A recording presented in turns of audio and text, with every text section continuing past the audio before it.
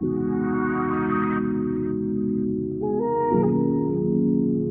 The series of class 7 science, जहाँ पे कि अभी तक हम 7th स्टैंडर्ड के एनसीईआरटी टेक्स्ट बुक के 3 चैप्टर खत्म कर चुके हैं।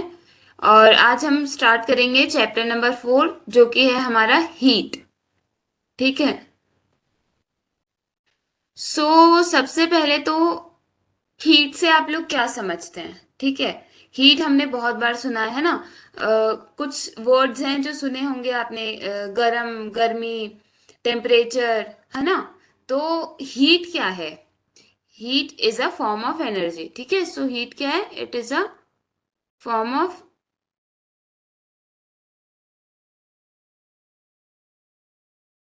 एनर्जी। ठीक है।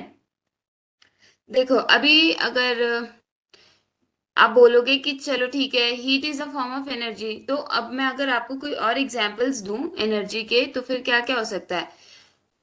एक एनर्जी होती है लाइट। क्या होता है लाइट एनर्जी से? लाइट एनर्जी की वजह से हम देख पाते हैं, है ना। तो जो चीज हमें, जो एनर्जी हमें देखने में हेल्प कर रही है, वो है हमारी हीट, सॉरी, लाइट एनर्जी। ठीक है। उसके बाद में एक और आती है साउंड एनर्जी। अब साउंड एनर्जी से क्या हो रहा है? साउंड एनर्जी की वजह से हम सुन सकते हैं, है ना। तो अब हीट एनर्जी से क्या हो रहा है? हीट एनर्जी, आप वार्मथ फील कर सकते हैं। हीट एनर्जी मतलब आप गर्म या गर्मी जो है फील कर सकते हैं। ठीक है। अ, अगर आप एक एग्जाम्पल देखो, ठीक है, तो आप क्या करोगे? एक भगोना लो, ठीक है, उसमें थोड़ा पानी डालो, उस पे उसको गैस पे रख के चालू कर दो गैस। ठीक है। उसके थोड़ी और उस पे उसको एक प्लेट से ढक दो। ठीक है। तो फिर क्या होगा? थोड़ी देर बाद में ही जब वो पानी उबल जाएगा, तो फिर वो आपकी जो प्लेट है जो आपने भगोने के ऊपर रखी है, इट विल स्टार्ट मूविंग। ठीक है। वो मूव करने लगेगी। आपको लगेगा पता नहीं क्या हो रहा है। ठीक है। तो वो कुछ नहीं हो रहा है, उसके अंदर हीट प्रोड्यूस्ड हो गई है, which is a form of energy. और जो आप कुछ वर्क करने की कोशिश कर रही है। ठीक है। तो हमने देख लिया कि हीट क्या होता है, it is a form of energy. ठीक है। अभी जब हम वार्मथ की बात करते हैं, तो वार्मथ क्या होती है? लास्ट चैप्टर में देखो हमने पढ़ा था, फाइबर टू फैब्रिक में जब हम पढ़ रहे थे, तो हमने क्या पढ़ा था? वुल और सिल्क के बारे में पढ़ा था, है ना। तो उसमें वुल का मेन यूज हम क्यों करते हैं, मतलब जो हमारे स्वेटर्स होते हैं, मफलर्स होते हैं, वो किस चीज के लिए यूज करते हैं हम?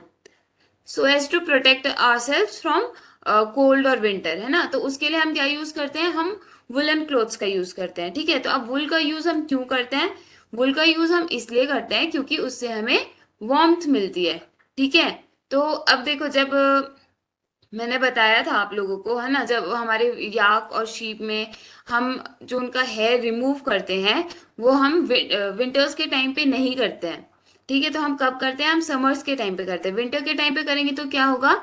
उनकी खुद की एनर्जी को फिर उनकी खुद की बॉडी को कौन प्रोटेक्ट करेगा? हमने तो अपने लिए उनसे वुल रिमूव कर लिया, ठीक है, उनके हेयर रिमूव कर लिया, अब उनको कौन प्रोटेक्ट करेगा?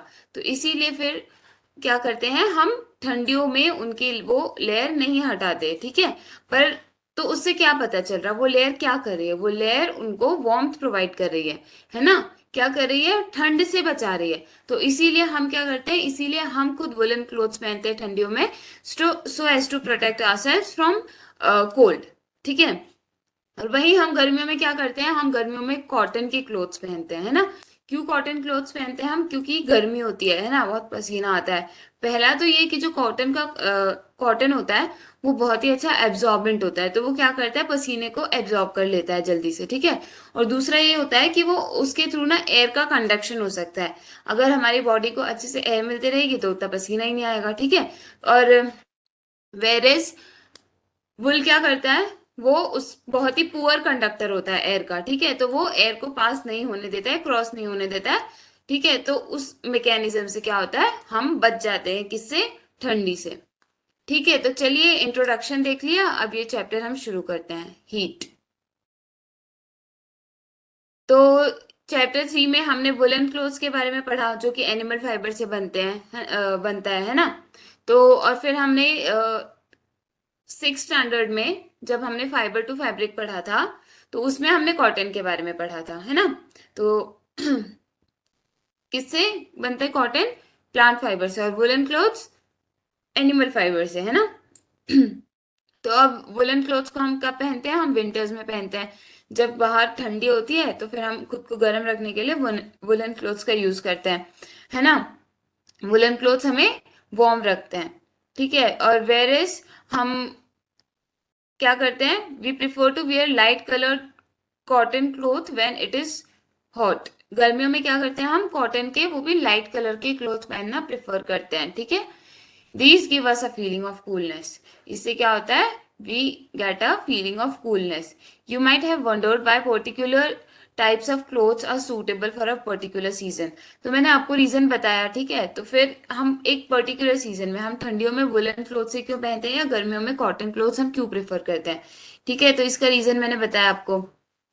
Okay, so in winter you feel cool outside, ठीक है। तो फिर हम एक पर्टिकुलर सीजन में पर्टिकुलर टाइप का कपड़ा क्यों पहनते हैं, ठीक, क्यों? क्योंकि मैंने जैसे आप लोग को बताया, वुलन अपने आप को गर्म रखने के लिए, वार्म रखने के लिए हम पहनते हैं ठंडियों में। जब बाहर ठंड होती है तो हम खुद को वार्म फील कराने के लिए वी वेयर वुलन क्लोथ, ठीक है। वेयर गर्मियों में क्या करते हैं? गर्मियों में हम पहनते हैं कॉटन के कपड़े, ठीक है, so as to feel the coolness, ठीक है। In winter, you feel cold out inside the house. If you come out in the sun, you feel warm. In summer, you feel hot even inside the house. How do we know whether an object is hot or cold?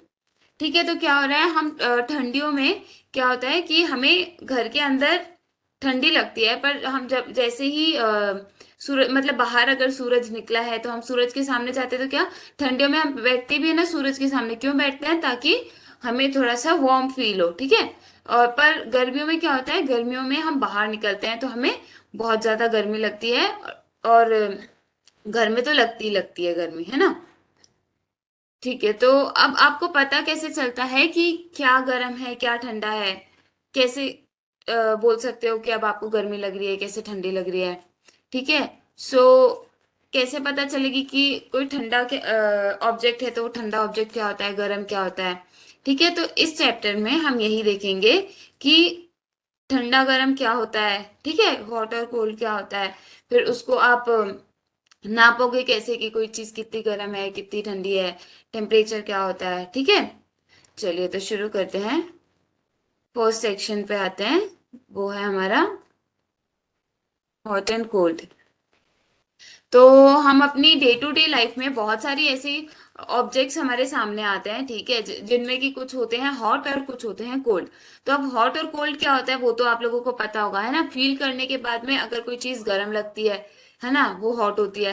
और जब आप उसको touch करो आपको ठंडा feel हो, मतलब कि वो चीज कोल्ड है, ठीक है। तो अभी बहुत सारे ऑब्जेक्ट्स अपने अराउंड ऐसे होते हैं जो ठंडे फील होते हैं, बहुत सारे ऐसे होते हैं जो गर्म फील होते हैं, ठीक है। जैसे कि यहाँ पे ना कुछ एग्जाम्पल्स दिए हुए हैं। बेसिकली क्या करना है, एक आपको टेबल फॉर्म करनी है, ठीक है। उसमें क्या डालना है आपको? ऑब्जेक्ट्स डालने हैं आपके अराउंड, जो भी ऑब्जेक्ट्स प्रेजेंट है, ठीक है। उसके बाद में आपको क्या करना है? उनको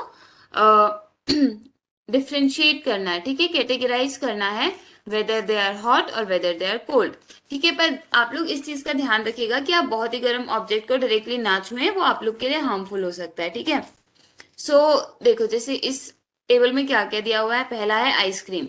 आइसक्रीम इज कोल्ड और हॉट, ठीक है। तो वैसे ही spoon in a tea cup, तो वो हॉट रहेगी या कोल्ड रहेगी, ठीक है। तो ऐसे ही फ्रूट जूस, हॉट या कोल्ड, तो ऐसे ही करके आपको, इसमें आपको चार चीजें दी हुई हैं, ठीक है। एटलीस्ट आप मिनिमम 10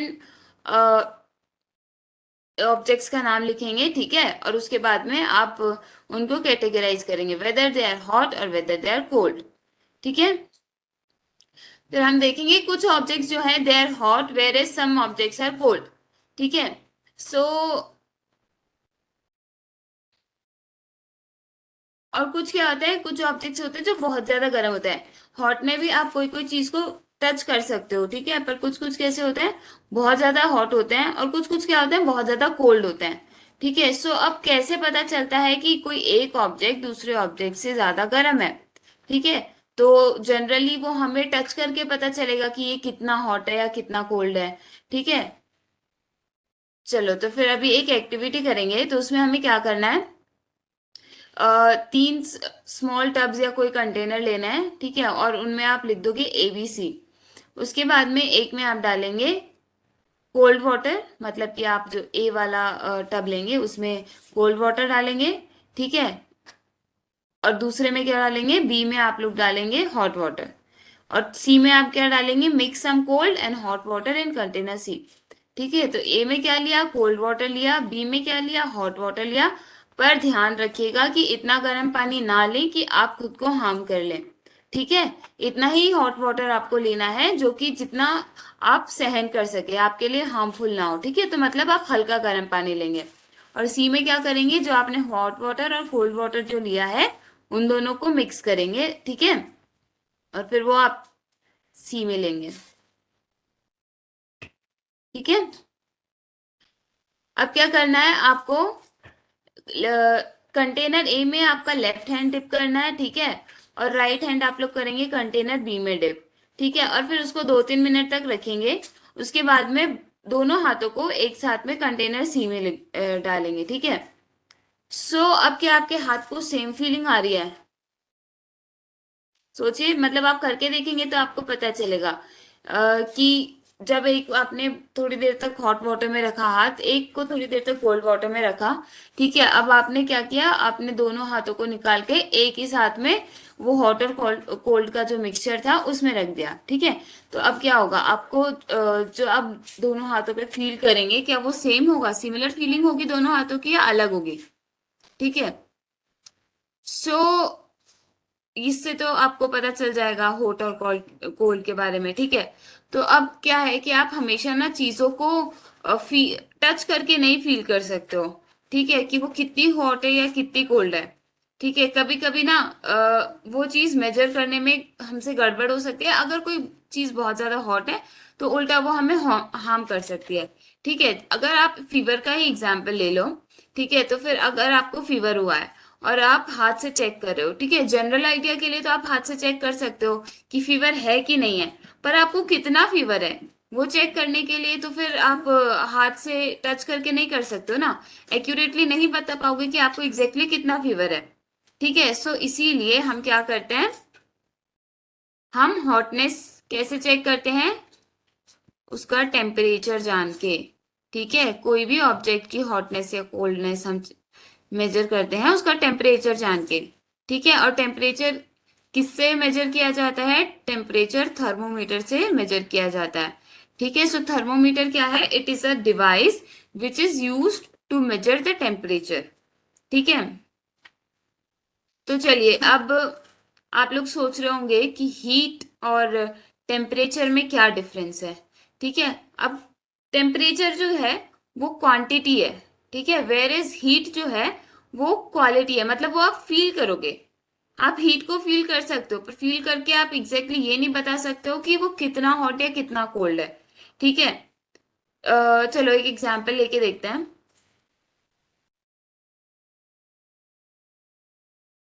ये आपका एक कंटेनर है। ठीक है, अब इसमें क्या है, इसमें थोड़ा पानी भरा हुआ है। ठीक है, और ये पानी इस लेवल तक भरा हुआ है। ओके, सो इस कंटेनर में जो आपका वाटर है इसको आप हीट मानेंगे। ठीक है, और ये इसकी जो मेजरमेंट है कि कितना वाटर है इस कंटेनर में। ठीक है, ये क्या है, ये आपका टेम्परेचर है। ठीक है, तो कितना हीट है वो क्या है, क्वांटिटी की बात आ गई, कितना। ठीक है, सो कितना हीट है उसको आप बोलोगे टेम्परेचर। ठीक है, जैसे अगर थर्मोमीटर आप लोगों ने घर में भी देखा ही होगा, फीवर चेक करने के लिए थर्मोमीटर यूज करते तो क्या होता है, उसमें जितना भी आता है 101 डिग्री, 102 डिग्री,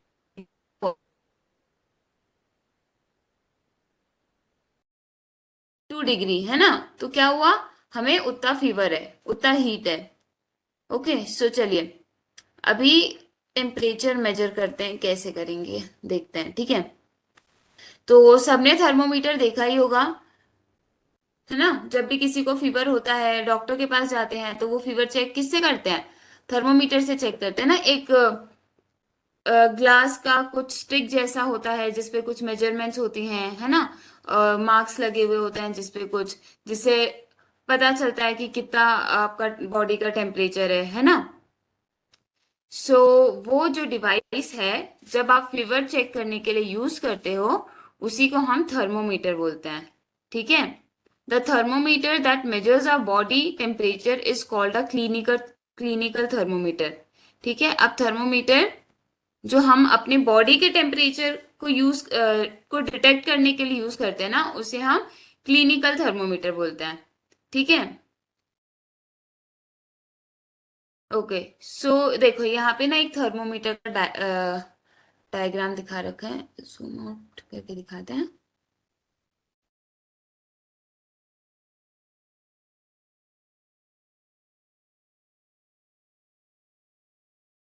ठीक है। देखो ये आपका थर्मोमीटर है एक। ठीक है। इसमें मेजरमेंट्स दिए हुए हैं कुछ। ठीक है। और ये आपको कुछ ब्लैक ब्लैक दिखाई दे रहा है ना। देखो इसमें जैसे दिखाई दे रहा है, ये कुछ ब्लैक ब्लैक दिखाई दे रहा है। ये अम, हाँ देखो, मैं जो येलो कलर से मार्क कर रही हूँ उत्ते तक।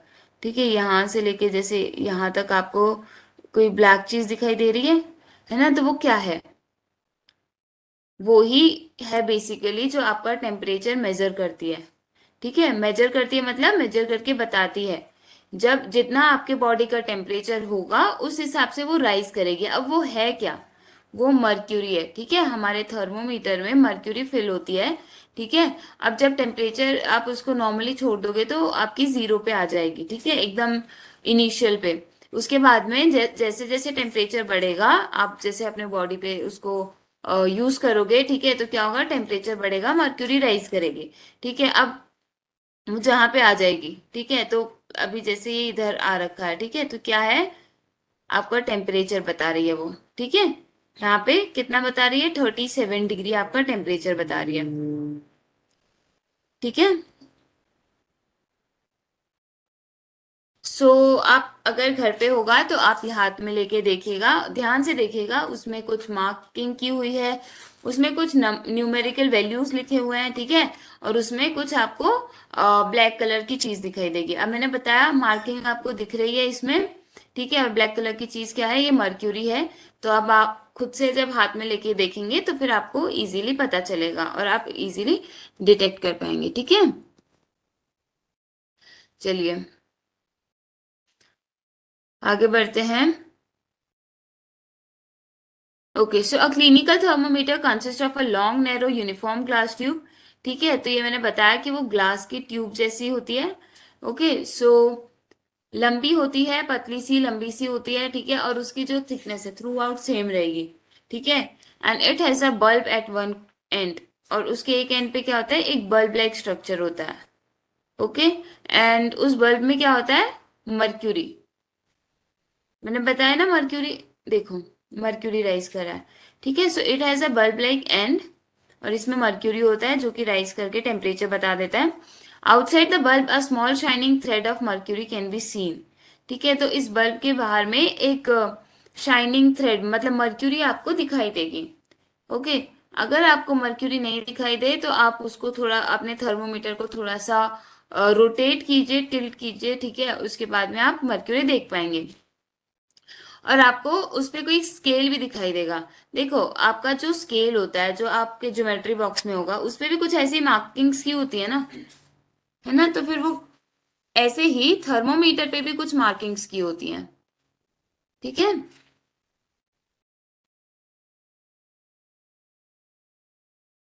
ठीक है। सो ये इसके मार्किंग सिमिलर टू आपके स्केल होंगी। ठीक है। और scale we use is the Celsius scale indicated by degree Celsius. ये आपने सुना ही होगा कि इतना टेम्परेचर है, कितना 22 डिग्री सेल्सियस, 30 डिग्री सेल्सियस, है ना? तो फिर वो क्या है? तो इसकी यूनिट है। जब मोशन एंड मेजरमेंट पढ़ा था तो उसमें पढ़ा था ना, यूनिट ऐसा यूनिट होती है।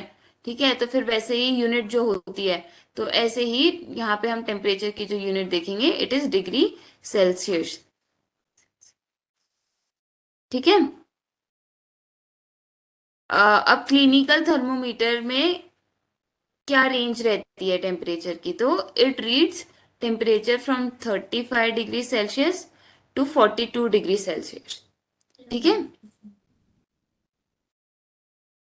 तो आप देखते हैं रीडिंग अ थर्मोमीटर। ठीक है। तो अब यहाँ हम क्या करेंगे, हम थर्मोमीटर में कैसे हम टेम्परेचर नाप सकते हैं वो देखेंगे। ओके, सो सबसे पहले क्या करना है, temperature difference indicated between the two bigger marks. ठीक है, तो सबसे पहले तो आपको टेम्परेचर डिफरेंस नोट करना है जो दो बड़े मार्क्स दिए होंगे ना उनके बीच में होगा। ठीक है, और उसके बाद में आप नंबर ऑफ डिविजन्स जो होंगे वो भी आप लिख लेंगे। ठीक है, इन मार्क्स के बीच में जो नंबर ऑफ डिविजन्स होंगे, देखो, सॉरी,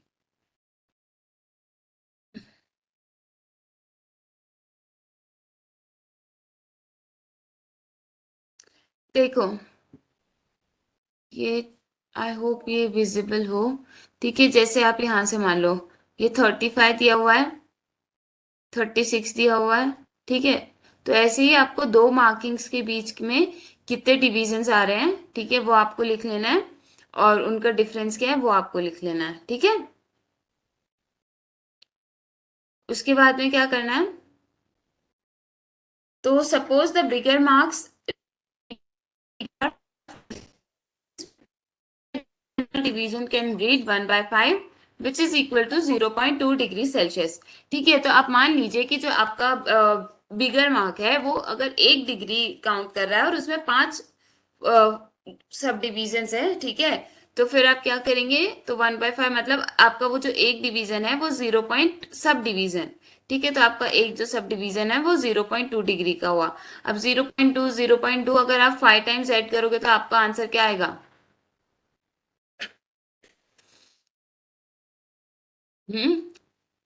1 आ जाएगा ना।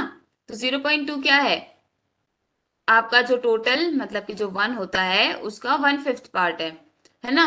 तो अब जरूरी नहीं है ना कि आपका जो टेम्परेचर जाए वो पूरे पूरे मार्किंग पे जाए, कि वो 37 डिग्री सेल्सियस ही हो, वो पॉइंट में भी आ सकता है। इसीलिए it is necessary to know कि उसके बीच के डिवीजन कितने हैं। ठीक है, और वो कितना रीड कर रहे हैं। ठीक है, अब क्या करेंगे, आप थर्मोमीटर को वॉश करेंगे। ठीक है, अगर हो सके तो कोई एंटीसेप्टिक सोल्यूशन से आप उसको वॉश करेंगे। ठीक है, उसके बाद में आप उसको आराम से पकड़ के उसको कुछ जर्क्स देंगे, मतलब झटके देंगे। आपने देखा होगा ना, थर्मोमीटर यूज करने से पहले जब आप डॉक्टर के पास जाते हैं तो वो क्या करते हैं, उसको वॉश करने के बाद में कुछ ऐसे ऐसे झटकते हैं उसको, है ना। तो ये क्यों झटकते हैं, वो इसलिए झटकते हैं ताकि अगर मर्क्यूरी ऊपर है तो मर्क्यूरी आपकी इनिशियल पे आ जाए। ठीक है, तो मर्क्यूरी का लेवल वापस लाने के लिए उसको झटकते हैं। ठीक है, सो आपको ये इंश्योर करना है कि वो 35 डिग्री सेल्सियस के नीचे आ जाए। ठीक है, और अब उसके बाद में आप जो थर्मोमीटर का बल्ब है उसको अपने टंग के नीचे रखेंगे, और 1 मिनट के बाद में थर्मोमीटर निकाल लेंगे। ठीक है, और फिर रीडिंग को नोट करेंगे। तो अभी जो आपने रीडिंग नोट की, ये क्या है, ये आपका बॉडी टेम्परेचर है। ठीक है, एंड आपका बॉडी टेम्परेचर हमेशा यूनिट के साथ आप लिखेंगे। ठीक है, और यहाँ पे हम कौन सी यूनिट की बात कर रहे हैं, डिग्री सेल्सियस। ठीक है, और जो normal body normal normal human being का जो बॉडी टेम्परेचर होता है ना, इट इज 37 डिग्री सेल्सियस। ठीक है, ओके, सो एक बार देख लेते हैं फिर से कि आप थर्मोमीटर से कैसे नापेंगे। सबसे पहले आप थर्मोमीटर लेंगे। ठीक है, आप पहले तो उसकी रीडिंग्स देखेंगे। ठीक है, आप उसका मेन जो दो आपको बड़े लाइन दिखेंगे, बिगर मार्क्स दिखेंगे। ठीक है, आप उनका डिफरेंस लिख लेंगे। उसके बाद में उसमें जितने सब डिविजन्स है, ठीक है, वो सब डिविजन्स आप लिखेंगे, और उसके बाद में आप देखेंगे कि वो सब डिवीजन मतलब एक सब डिवीजन कितना रीड करेगा। ठीक है, एक सब डिवीजन में की क्या वैल्यू है। ठीक है, आपने कर लिया। उसके बाद में आप थर्मोमीटर लेंगे, उसको क्लीन करेंगे, वॉश करेंगे। ठीक है, और उसके बाद में आप उसको पकड़ के अच्छे से कुछ जर्क देंगे, झटके देंगे, ताकि उसकी मर्क्यूरी जो है 35 डिग्री सेल्सियस के नीचे मतलब इनिशियल पे आ जाए। ठीक है, एक बार जब आपकी मर्क्यूरी 35 डिग्री सेल्सियस के नीचे आ गई तो आप क्या करेंगे, जो थर्मोमीटर का बल्ब साइड वाला एंड है। ठीक है, अब बल्ब साइड वाला एंड कौन सा था थर्मोमीटर का, ये वाला जो एंड है, इसको हम बल्ब साइड वाला एंड बोलते हैं। ठीक है, तो ये जो बल्ब साइड वाला एंड है, इसको आप अपने टंग के नीचे रखेंगे। ठीक है, और 1 मिनट रखने के बाद आप उसे बाहर निकालेंगे और उस पर जो रीडिंग है उसको नोट करेंगे। ठीक है, तो वो जो रीडिंग आएगी वो आपका बॉडी टेम्परेचर होगा। और आपका बॉडी टेम्परेचर किसमें, हम यहाँ यूनिट की अभी बताया था, यूनिट कौन सी होगी, डिग्री सेल्सियस। ठीक है, तो मान लीजिए आपका बॉडी टेम्परेचर 37 या 38 डिग्री सेल्सियस आ रहा है। ठीक है, तो आप अपना बॉडी टेम्परेचर अब खुद से नोट करके देखेंगे कि आप थर्मोमीटर को यूज करना सीख पाए कि नहीं सीख पाए, ठीक है। और अब उसके बाद में जो नॉर्मल ह्यूमन बीइंग के बॉडी टेम्परेचर की बात हो रही है, तो नॉर्मल ह्यूमन बीइंग का body temperature is 37 degree Celsius, ठीक है। और यहाँ पे भी आप एक चीज देखिए, सिर्फ 37 नहीं लिखा है, डिग्री सेल्सियस लिखा है, ठीक है। अब एक बात बताओ, अगर सिर्फ 37 लिखा होता तो हमें क्या पता कि वो 37 क्या है ना। इसीलिए यूनिट मेंशन करना बहुत जरूरी है। अगर एग्जाम में भी आप यूनिट नहीं मेंशन करते हैं ना कोई चीज की, तो आपके मार्क्स कटते हैं, ठीक है। तो चलिए अब आप क्या करेंगे, अब पहले तो अभी आपने खुद का बॉडी टेम्परेचर नाप के देखा, ठीक है। अब आपको कुछ अपने फ्रेंड्स का टेम्परेचर नाप के देखना है, ठीक है, यूजिंग अ क्लिनिकल थर्मोमीटर। और उसके बाद में आप अपने ऑब्जर्वेशंस नोट करेंगे, ठीक है। सो क्या हर जो आप एक्टिविटी करेंगे ना, अपने फ्रेंड्स का भी टेम्परेचर नाप के देखेंगे, तो आप देखेंगे कि क्या हर जो आपका फ्रेंड है, आपके हर फ्रेंड का टेम्परेचर 37 डिग्री सेल्सियस है क्या, ठीक है। तो हमेशा जरूरी नहीं है कि सबका temperature body temperature 37 degree Celsius ही हो, ठीक है।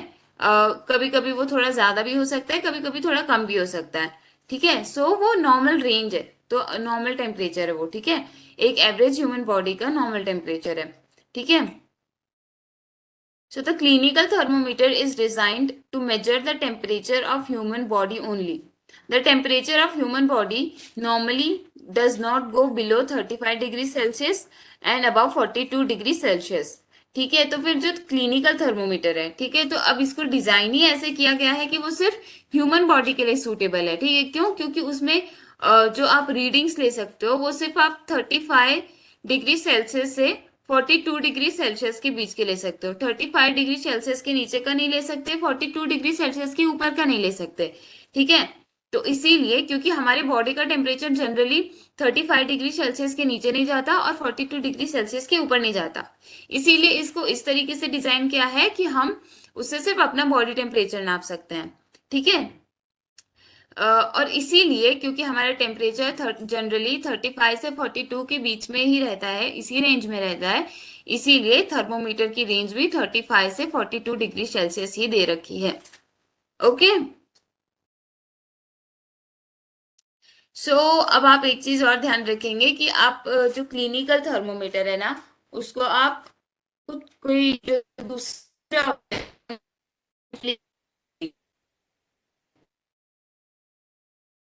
के अलावा कोई दूसरी चीज का टेम्परेचर नापने के लिए आप क्लिनिकल थर्मोमीटर का यूज नहीं करेंगे, ठीक है। और आप थर्मोमीटर को सन में या फ्लेम के सामने भी नहीं रखेंगे, वो टूट सकता है, और अगर वो टूट गया तो वो खराब हो जाएगा, ठीक है। चलिए अभी हम आ जाते हैं लेबोरेटरी थर्मोमीटर पे, ठीक है।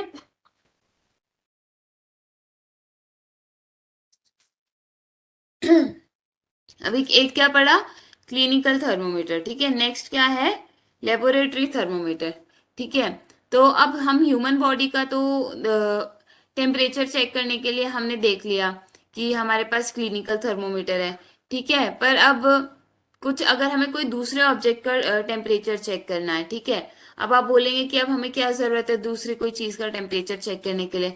मान लीजिए कि आपको पानी गर्म करना पड़ गया है, या कोई भी रीजन की वजह से, स्पेशली जब आप एक्सपेरिमेंट्स करते हैं तो आपको वो काम आता है, ठीक है। आपको हायर स्टडीज में पढ़ेंगे, तो बहुत सारे अलग अलग पर्पसेस के लिए हमें बहुत सारे ऑब्जेक्ट्स का भी टेम्परेचर चेक करना पड़ता है, ठीक है। सो अब आप कोई दूसरे, अभी हमने बोला कि क्लिनिकल थर्मोमीटर को आप कोई दूसरा ऑब्जेक्ट का टेम्परेचर चेक करने के लिए यूज ना लें, ठीक है। तो अब क्या करें, हम उस थर्मोमीटर का यूज नहीं ले सकते हैं, तो अब हमें क्या करना है, ठीक है। तो अब हम एक दूसरा थर्मोमीटर यूज करेंगे, ठीक है, जो कि ऑब्जेक्ट्स के टेम्परेचर को नापने के लिए बनाया गया है, जिसको कि हम बोलते हैं लेबोरेटरी थर्मोमीटर, ठीक है। तो ये आपको अपने स्कूल के लैब्स में मिल जाएगा, ठीक है। देखो यहाँ पे ये डायग्राम दिखा रखा है लेबोरेटरी थर्मोमीटर। लेबोरेटरी थर्मोमीटर कुछ ऐसा दिखाई देता है, ठीक है। अब आप देखोगे कि इसकी जो लोएस्ट रीडिंग है और जो हाईएस्ट रीडिंग है वो बहुत अलग है ना। किससे अलग है, जो हमारा क्लिनिकल थर्मोमीटर था, ठीक है। So the range of a laboratory thermometer is generally from -10 degree Celsius to 110 degree Celsius. ठीक है, और हमारे उस वाले क्लिनिकल थर्मोमीटर की रेंज कितनी थी? 35 degree Celsius to 42 degree Celsius, है ना। अब वेरेस हमारे लेबोरेटरी थर्मोमीटर की रेंज कितनी है? 10 degree, -10 degree Celsius to 110 degree Celsius. ठीक है, तो देख रहे हो, पहला डिफरेंस तो यही देखने मिल गया कि इनकी रेंज में बहुत ज्यादा डिफरेंस है। ठीक है, एंड अगर आप देखोगे तो डिविजन्स भी आपको डिफरेंट मिल सकते हैं। ठीक है,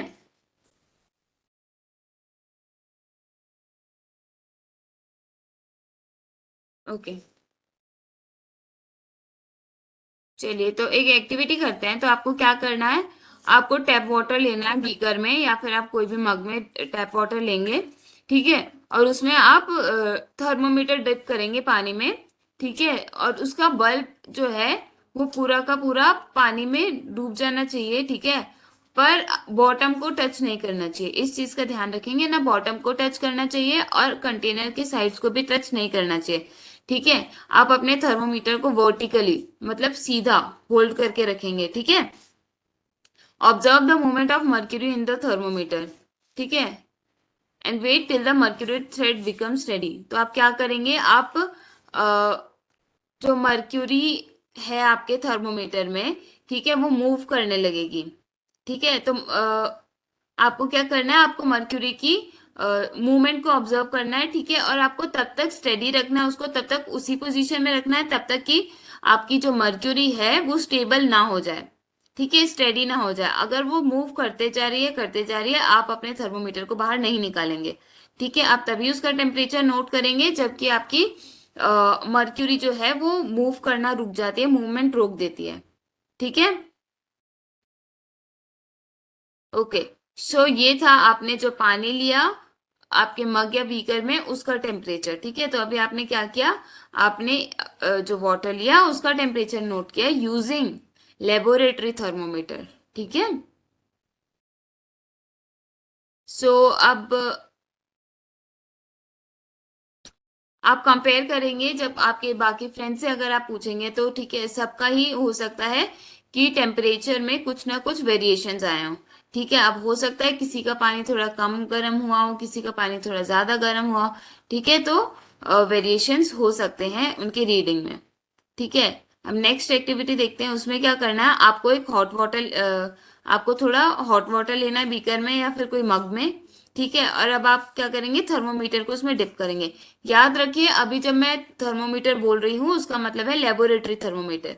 ठीक है, क्लिनिकल थर्मोमीटर सिर्फ हमारे बॉडी टेम्परेचर को मेजर करने के लिए यूज होता है। ठीक है, अभी हम यूज कर रहे हैं वो है हमारा लेबोरेटरी थर्मोमीटर। ठीक है, सो अब आपको जब तक कि मर्क्यूरी मूव कर रही है तब तक आपको स्टेडी उसको पकड़ के रखना है। ठीक है, और एक बार जब मर्क्यूरी मूवमेंट रोक देती है तो फिर आप वो टेम्परेचर नोट करेंगे। ठीक है, अब आप क्या करेंगे, थर्मोमीटर को पानी से बाहर निकालिए। ठीक है, और फिर अब आपको अपने थर्मोमीटर को ऑब्जर्व करना है। ठीक है, तो आप देखेंगे कि जैसे ही आप अपने थर्मोमीटर को गर्म पानी से बाहर निकालते हैं तो टेम्परेचर जो है वो, मतलब आपका जो मर्क्यूरी है वो वापस नीचे आने लगता है धीरे धीरे। मतलब क्यों? क्योंकि अब टेम्परेचर बाहर का चेंज हो गया है, तो अब इसीलिए मर्क्यूरी का लेवल फॉल होने लगता है। ठीक है, सो अब आपको इसका क्या मतलब है, इसका ये मतलब है कि आपको करेक्ट टेम्परेचर अगर नोट करना है तो आप टेम्परेचर उसी टाइम नोट करेंगे जब आपका थर्मोमीटर वाटर में है। ठीक है, अगर बाहर निकालने के बाद आप नोट करेंगे तो फिर आपकी जो रीडिंग है वो एक्चुअल रीडिंग से कुछ अलग हो सकती है। ठीक है,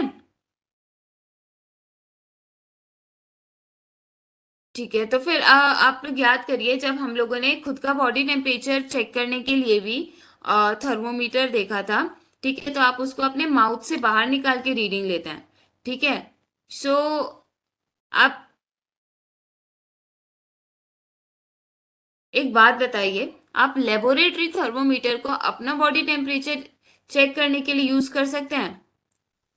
नहीं, क्योंकि वो कन्वीनियंट नहीं है। ठीक है, वो उसकी साइज कंपैरेटिवली काफी बड़ी होती है। ठीक है, और इसीलिए वो बिल्कुल कन्वीनियंट नहीं है हमारे बॉडी टेम्परेचर को मेजर करने के लिए। ठीक है, so why does the mercury not fall or rise in a clinical thermometer when taken out of the mouth.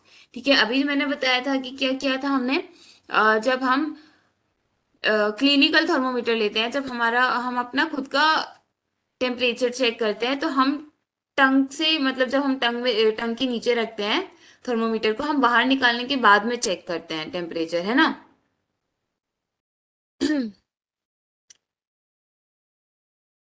है ना। चलिए ठीक है। सो अब देखेंगे कि यहाँ पे ना एक किंक प्रेजेंट है। ठीक है, तो अब ये किंक का क्या काम है। ये किंक जो है, जब आप अपने क्लिनिकल थर्मोमीटर को मुंह से बाहर निकालते हैं, तो वो उसको जो मर्क्यूरी का लेवल है उसको जल्दी से फॉल नहीं होने देती या जल्दी से राइज नहीं होने देती। ठीक है, तो जितना उसका टेम्परेचर आया वो उसको थोड़ी देर के लिए मेंटेन करके रखती है। ठीक है, तो ये काम किसका है, किंक का। चलिए ठीक है। सो एक बार देख लेते हैं कि अभी तक हमने क्या क्या डिस्कस किया। ठीक है,